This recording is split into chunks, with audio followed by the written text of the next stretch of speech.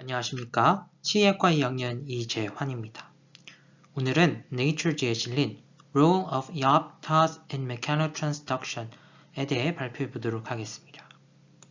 세포 신호 변환 체계에 따라 세포들은 외부 자극을 생체 신호로 전환한 후 이를 성장, 분화, 그리고 악성 종양 발생 등과 같은 세포 반응에 활용합니다.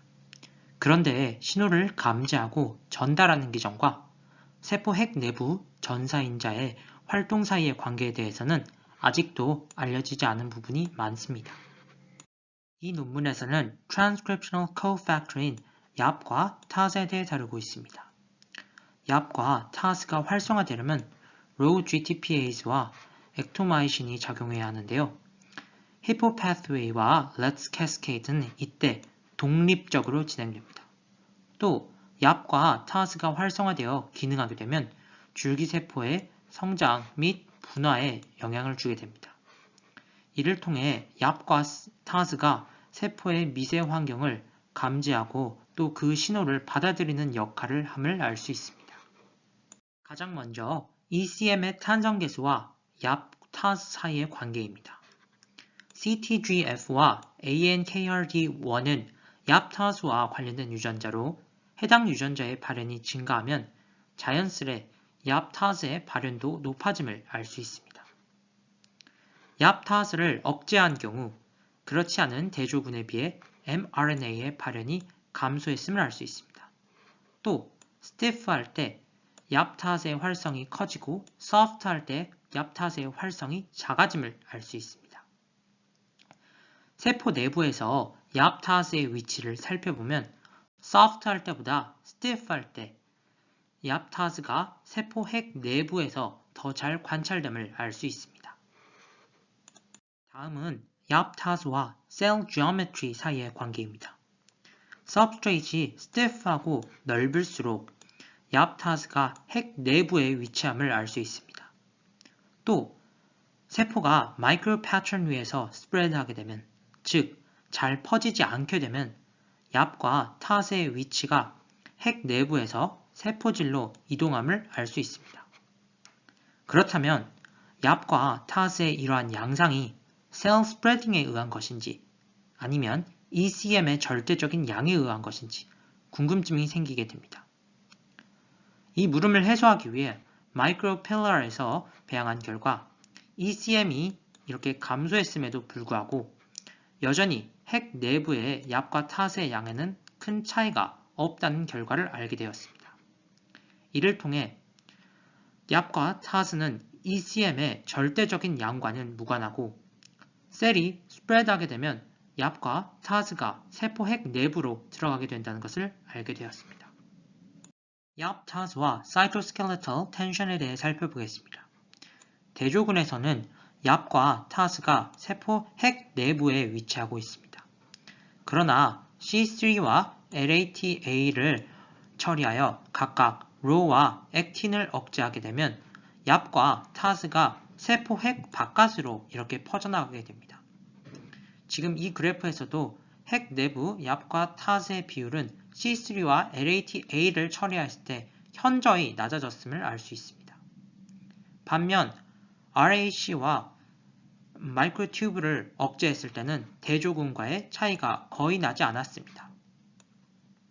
이를 통해 RHO와 액틴이 YAP과 TAZ를 세포 핵 내부에서 머물도록 하는데 관여함을 알 수 있습니다. Y27632와 블레비스타틴을 이용하여 각각 ROCK과 non-myosin 머슬을 억제하면 핵 내부 YAP과 TAZ의 비율이 낮아짐을 알 수 있는데요. 이를 통해 ROCK과 non-myosin 머슬도 YAP, TAZ를 세포 핵 내부에서 머물도록 하는데 관여함을 알 수 있습니다. 앞선 실험에서 처리한 C3와 LAT-A와 같은 분자 단위의 물질의 억제제를 사용하지 않고 또 하이드로겔의 표면의 특성을 배제한 상태에서 Cell Generated Force의 관계를 알아보기 위해 세포를 마이크로필러에서 배양해 보았습니다. 그 결과 Elastic Pillar에서 배양할 경우일수록 YAP과 TAZ가 세포 핵에서 세포질 방향으로 이동함을 알 수 있었습니다. 즉, 세포 핵 내부 얍타스의 비율이 엘라스틱한 substrate에서 더 낮아짐을 확인할 수 있었습니다. 얍타스와 헤포 pathway 간의 관계에 대해서도 살펴보도록 하겠습니다.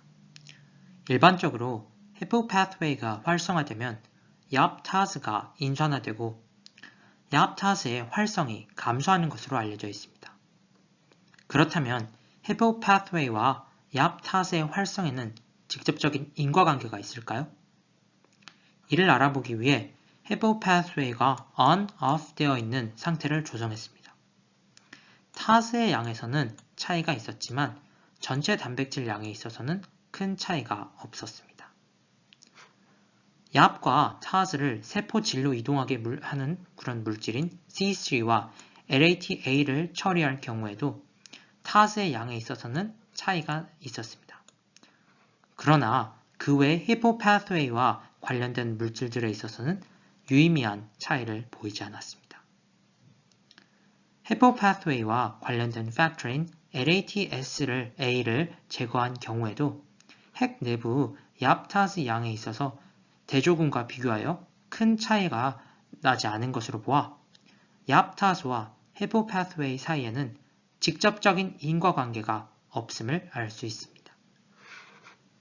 그림 2를 보면 헤포 pathway와 관련된 팩터인 LATA를 제거했음에도 불구하고 C3를 넣었을 때 타스의 양이 감소한 것을 알 수 있습니다. 그림 F에서는 대조군과 비교하여 LATS-A와 LATS-B가 결혈된 경우 CTGF와 ANKRD1의 발현이 증가했음을 알 수 있습니다. 즉, LATS-A와 LATS-B가 오히려 제거된 경우 얍과 타스의 활성이 증가했음을 알 수 있는 부분입니다. 그림 G에서 얍과 타스를 제거했을 땐 활성이 드러나지 않습니다.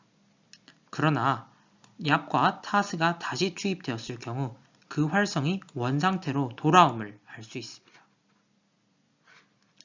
그림 H에서는 LATA와 관계없이, 즉 sparse하냐 dense하냐와 관계없이 substrate의 stiffness, 즉 40kPa이냐 0.7kPa이냐 그것에 따라 RNA의 발현에 차이가 있음을 알 수 있습니다.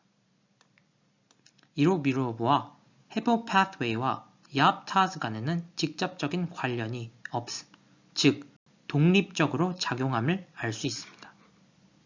마지막으로 얍과 타스는 세포의 다양한 신호전달 반응을 중개합니다. 얍과 타스가 결여된 경우 대조군에 비해 뼈가 잘 형성되지 않음을 알 수 있습니다.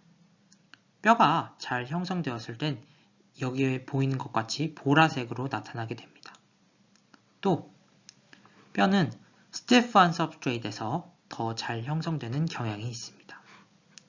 stiff한 substrate이다 하더라도 얍과 타스를 세포 핵에서 세포 질로 이동시키는 물질인 C3 처리를 하게 되면 뼈가 잘 형성되지 않음을 알 수 있습니다. 반대로 지방의 경우에는 soft한 substrate에서 더 잘 분화가 일어남을 확인할 수 있습니다. 그러나 stiff한 substrate이다 할지라도 얍과 타스를 제거할 경우 지방으로의 분화가 잘 일어남을 확인할 수 있습니다.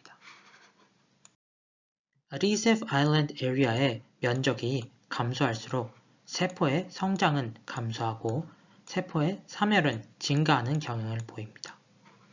그러나 얍과 타스가 결여되거나 C3가 처리된 경우에는 그런 경향을 보이지 않습니다.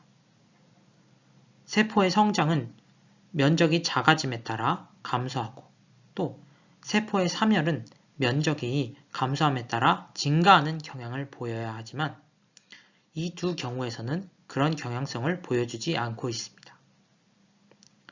soft matrix에서 배양되거나 small adhesive area에서 배양될 경우 얍과 타스가 세포를 트릭하여 세포로 하여금 마치 hard하거나 large한 substrate에서 배양된 것처럼 착각하게 할 수 있습니다.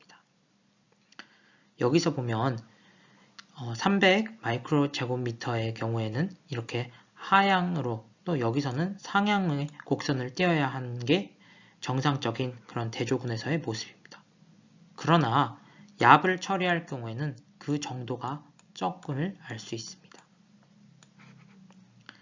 얍과 타스를 첨가할 경우 C3를 처리하거나 소프트한 매트릭스에서 배양하더라도 뼈로의 분할을 더 촉진할 수 있음을 알 수 있습니다. 즉, 얍과 타스가 세포의 분화, 성장, 사멸을 결정할 수 있다는 것을 이를 통해 알 수 있습니다. 지금까지 제 발표를 들어주셔서 감사합니다.